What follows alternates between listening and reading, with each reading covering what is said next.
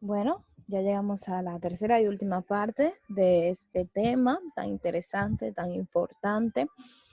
Vamos a continuar hablando de la ciclemia. Esta es la misma falsemia, este es otro de los nombres que ya le había mencionado.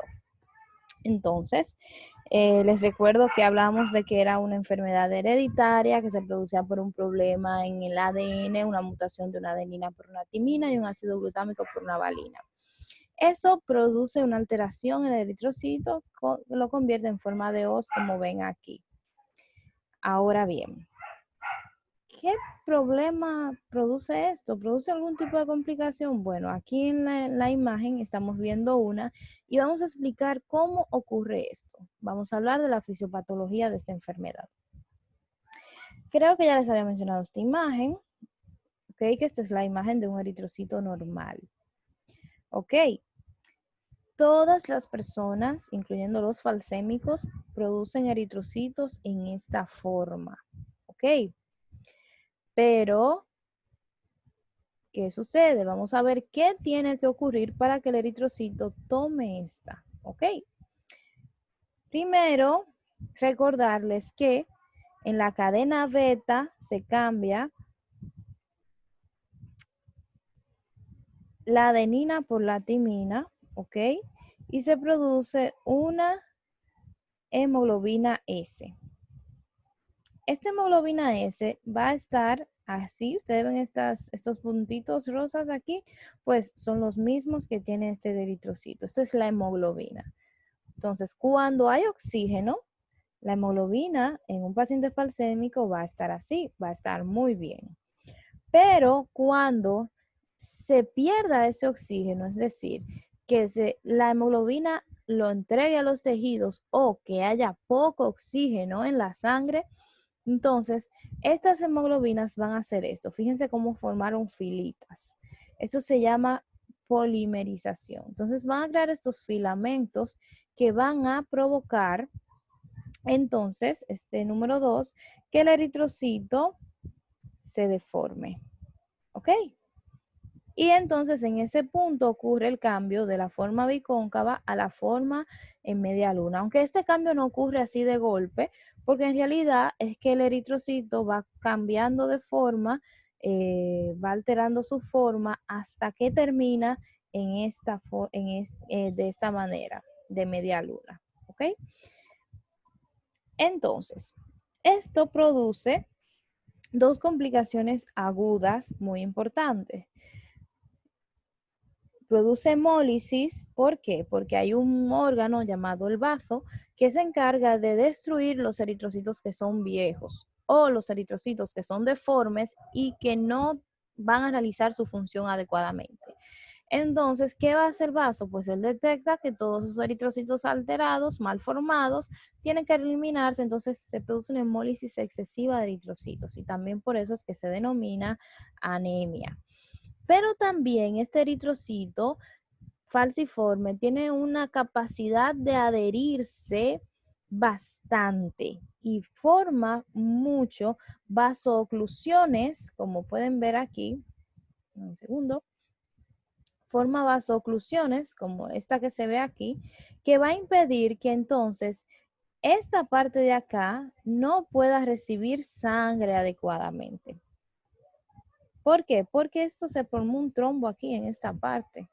Bien, ahora, esto se produce principalmente bajo estas condiciones. El oxígeno disminuido o un pH disminuido, es decir, que sea ácido. Y eso contribuye, aunque todo esto que está aquí contribuye, obviamente, pero estos son los dos factores importantes que pueden provocar que estos eritrocitos comiencen de forma aguda a deformarse. Por eso las infecciones también complican ese estado porque disminuyen el pH de la sangre. Entonces, vamos a recordar los pasos o el orden de cómo ocurren las cosas. Número 1, ocurre el cambio de, pues obviamente el primer paso es la mutación en el ADN recibida por una copia de cada padre, ¿ok? Que condiciona el cambio del ácido glutámico por la valina. Esto produce un tipo de hemoglobina que se llama hemoglobina S. ¿ok? Los individuos, o sea, las personas que tengan hemoglobina S, es decir, los que sean homocigotos recesivos que tienen falsemia, van a formar polímeros. Eso fue lo que yo le mencioné de los filamentos. Cuando la hemoglobina pierda el oxígeno. Y esto va a provocar que el eritrocito obtenga una forma de hoz. ¿Ok? Muy bien. El eritrocito está deformado. Pero, ¿qué sucede? Ocurren unos cambios a nivel de la membrana celular del eritrocito que hace que el eritrocito sea muy frágil y que sea más viscoso. Esto quiere decir que sea muy adhesivo. Por lo tanto, él se va a romper fácil y se va a adherir también muy fácil al endotelio de los vasos sanguíneos. ¿Ok? Y todo esto va a ser detectado por el vaso, quien va a destruir estos eritrocitos en un tiempo específico de 15 a 30 días. Un eritrocito normal vive aproximadamente 120 días. ¿Ok? 120 días que son aproximadamente 4 meses. Entonces estamos diciendo que estos eritrocitos falciformes van a vivir solo un mes como mucho. Y por eso es que también se le denomina anemia de células falciformes. Y ya sabemos que esta vida corta es por los cuadros de hemólisis que ocurren. Entonces, resumiendo, características que hay en la falsemia. Características que hay en la falsemia, hemoglobina S, el eritrocito va a tener una estructura muy frágil, estas son las alteraciones que ocurren en esta célula, va a tener una vida muy corta y va a ser muy adhesivo o viscoso y frágil. Por lo tanto, produce complicaciones como la que vemos aquí en la imagen, que son las oclusiones vasculares. ¿Y qué órganos van a afectar estas oclusiones? Bueno, básicamente cualquier órgano, porque todos los vasos reciben, todos los órganos reciben irrigación. Entonces, al ese eritrocito en media luna ocluirse, va a ocurrir lo siguiente, va a formar trombos. Estos trombos, sobre todo en los vasos de pequeño calibre, pueden producir infartos, que se pueden llamar accidentes cerebrovasculares a nivel del sistema nervioso, a nivel del corazón se llaman infarto agudo al miocardio. Cuando ocurre a nivel del pene, pues se denomina priapismo, que es una erección muy dolorosa, todo eso produce dolor.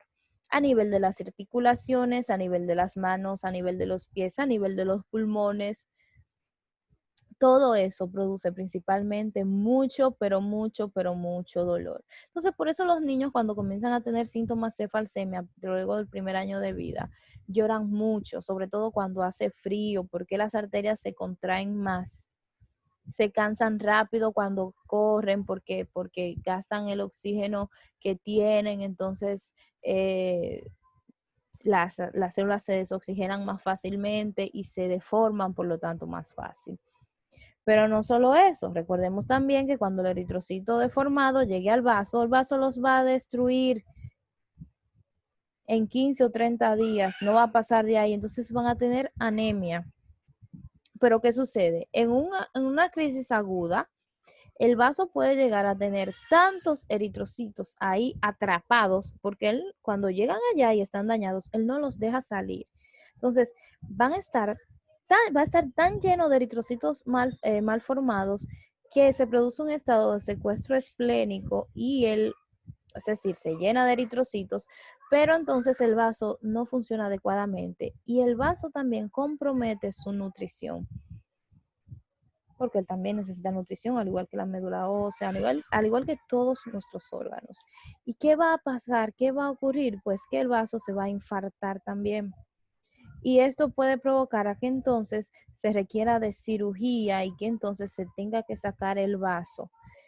Es decir, que se realice una esplenectomía, lo cual también contribuye a aumentar la morbilidad de estos pacientes porque el vaso también tiene una función inmunológica. Entonces, fíjense aquí, Todo esto que podemos aquí, claro, obviamente la hemólisis no, pero los infartos pueden ocurrir a nivel de la retina, a nivel del riñón, en los pulmones, el cerebro, articulaciones, en todos nuestros órganos. Y esto, por ejemplo, como una manifestación aguda, porque como una manifestación crónica pueden presentarse procesos clínicos que requieran cirugía. Bueno, ya le hablé del caso del secuestro esplénico. Se pueden producir úlceras debido a que la circulación de la sangre no es la adecuada, debido a los mismos procesos de infartos y de trombos. Entonces, todo esto propicia las infecciones, que a su vez también propicia que las crisis agudas se presenten con más frecuencia, y también pueda que produzca algún tipo de parálisis de acuerdo al órgano que esté afectado. Entonces, la morbilidad es muy, es muy importante en el caso de esta enfermedad.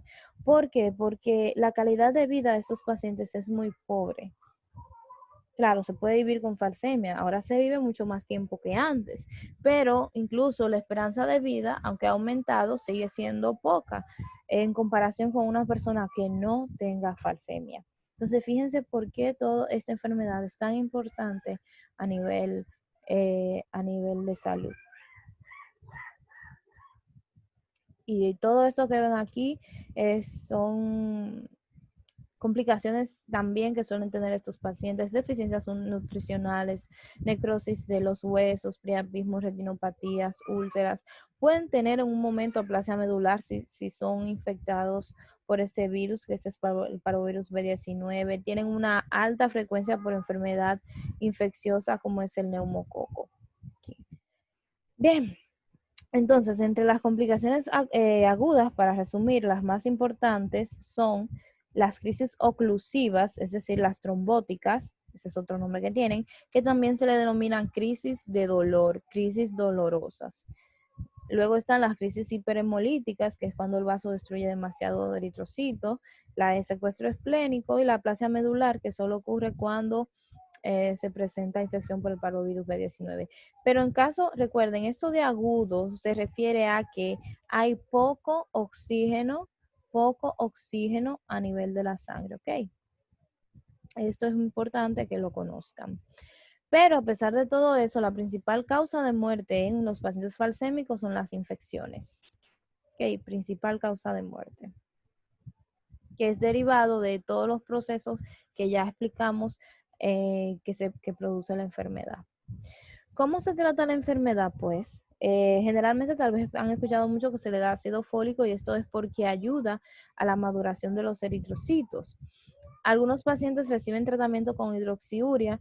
Este es un medicamento muy caro, no todos los pacientes lo poseen, y este se le indica precisamente porque aumenta los niveles de hemoglobina fetal por una activación de unos genes que se encuentran dormiditos, y eh, y esto contribuye a que las crisis disminuyan.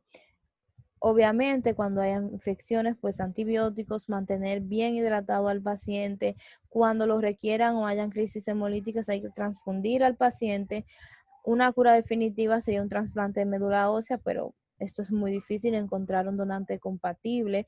Y lo más reciente y lo más eh, como algo tan innovador como es la modificación genética a través de la técnica de CRISPR. Esta técnica se empleó con una paciente con falsemia en el 2018, y esto ayudó a que esa paciente no volviera a presentar ningún tipo de crisis. Y estamos hablando de una paciente adulta.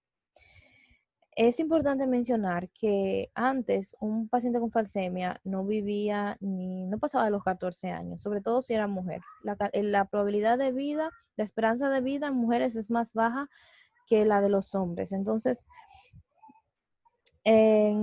actualmente hay algunos pacientes que han podido llegar incluso hasta más de los 40 años, pero esto es con unas medidas muy estrictas de vida. ¿Ok? No todo el mundo tiene esta posibilidad si visitan un hospital pediátrico se darán cuenta que es muy frecuente la presencia de niños falsémicos con alguna de las crisis que mencionamos anteriormente y en realidad es algo muy triste. Pero entonces, lo más importante de todo esto es poder detectar a los portadores, porque cuando se casan dos portadores es cuando se presentan, existe la posibilidad de que tengan hijos afectados. Entonces, ¿cómo podemos detectar a la anemia falciforme?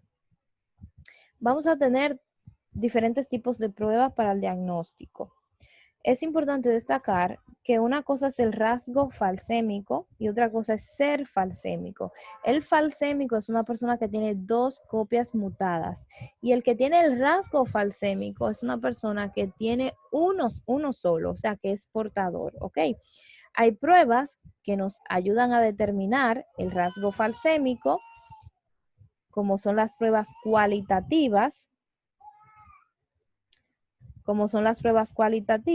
pero hay otras que específicamente nos van a indicar quién es portador y quién es afectado. Las pruebas cualitativas no todas pueden hacer eso, ¿ok? Entonces vamos a describirlas cada una. Las cuantitativas me van a indicar en qué porcentaje hay de hemoglobina en los eritrocitos. Recuerden que hay diferentes tipos.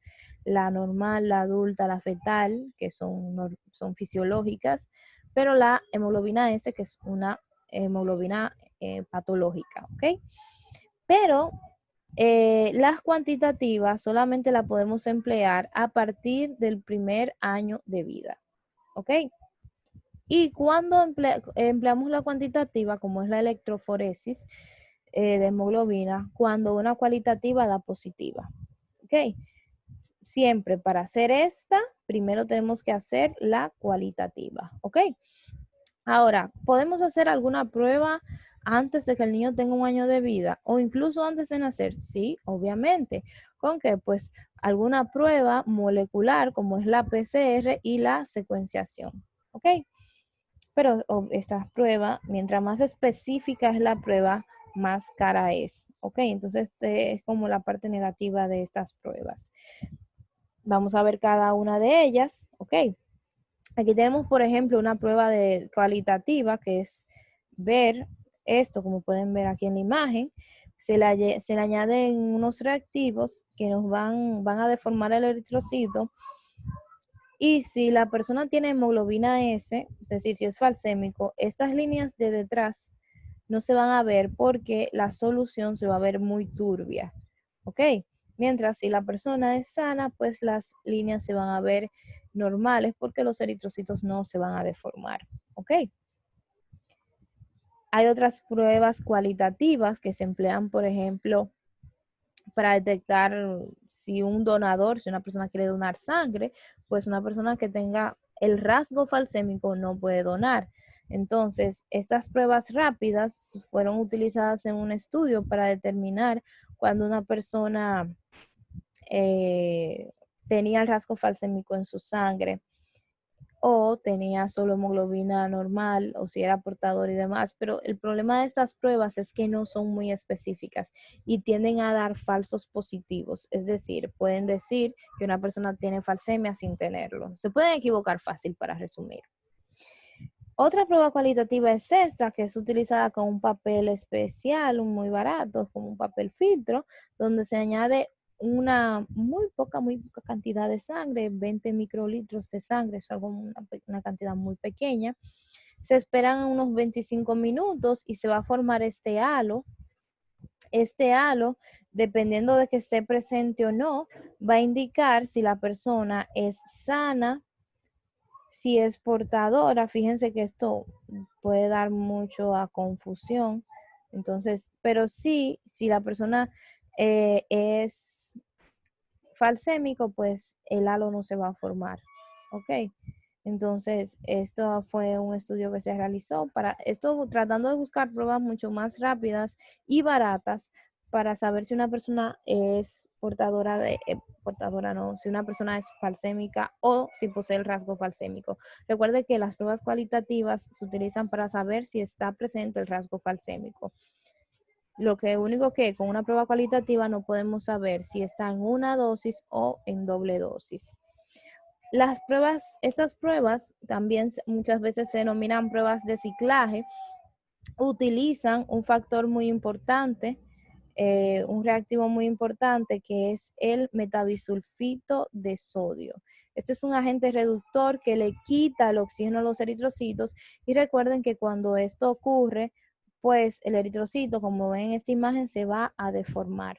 ¿Ok? Esto es con una muestra de sangre cualquiera. Y entonces se toma una muestra de la sangre que recibió el metabisulfito, se pone se hace un frotis, se ve al microscopio y ustedes pueden observar aquí cómo el eritrocito puede ir deformándose. Cualquiera de estos cambios indica que está presente el rasgo falsémico, como pueden ver aquí. Bien, aquí pueden ver otro. Aquí pueden ver otro que ya se está deformando. Este también. Ok. Y en esta imagen aquí, pues fíjense, aquí hay muchísimos. O sea, pero ¿qué sucede? Si yo les muestro a ustedes este frotis, no podrían decirme si es un portador o es un falsémico. Por eso es que decimos que las pruebas cualitativas solo indican la presencia del rasgo. Ahora, una persona que dé positiva a cualquiera de estas pruebas, entonces es candidato para realizarle una electroforesis de hemoglobina. La electroforesis de hemoglobina es una prueba cuantitativa, es específica porque nos va a indicar en qué porcentaje la persona tiene hemoglobina S. ¿Ok? La PCR lo que haría es decirnos si la mutación está presente, pero no nos daría el valor en números. ¿Ok? Entonces, algunos datos de interés en el caso de esta enfermedad, fíjense que lo importante es detectar a los portadores. Es que el 19 de junio es el Día Mundial de esta enfermedad, pero ¿por qué tiene un Día Mundial? Porque no todas las enfermedades tienen, déjenme decirle, porque cada año nacen aproximadamente 330,000 niños con hemoglobinopatías y de esos, el 83% son niños falsémicos. Pero ¿cuándo se determina la mayoría de estos casos? Después que el niño tiene un año de vida. Entonces, las personas que sean portadoras tienen que tener formas para hacerse pruebas y saber su condición y disminuir la probabilidad de que se casen con otro portador. O si se casan o ya están casados, pues buscar otras opciones para controlar el nacimiento de niños falsémicos, ya sea con mecanismos de fertilización. En el caso, hay muchas técnicas en los especialistas en fertilidad en este caso, porque las probabilidades de 25%, o sea, no hay forma de saber si va a ser sano o si va a ser afectado, ¿ok? Y también el cribado, o sea, si yo no sé si soy portadora, pues yo tener acceso a esas pruebas, por lo menos a las más baratas, de forma gratis a través de los servicios básicos de salud. Y eso debería ser una prioridad en todos los países donde la incidencia de esta enfermedad es tan alta, así como lo es en República Dominicana y cualquiera que tenga una prevalencia de ascendencia importante de la raza negra. Entonces, aquí les dejo unos enlaces la Fundación Drepanodón, que trabaja con los pacientes con falsemia, Drepano ustedes saben ya por qué es, y el Hospital Robert Rick Cabral de la República Dominicana, es uno de los principales centros, que ya en un principio le dije la cantidad de niños que atienden, casi 3,000 niños con falsemia. Entonces, muchas gracias por prestar atención. Yo espero que les haya gustado y que, bueno, se interesen si de alguna manera quieren ayudar o colaborar con estos niños, que la mayoría son de muy pocos recursos y no tienen todos tratamientos para hidroxiuria porque es un medicamento de alto costo. Entonces, pueden acercarse a cualquiera de esas dos instituciones. Muchas gracias.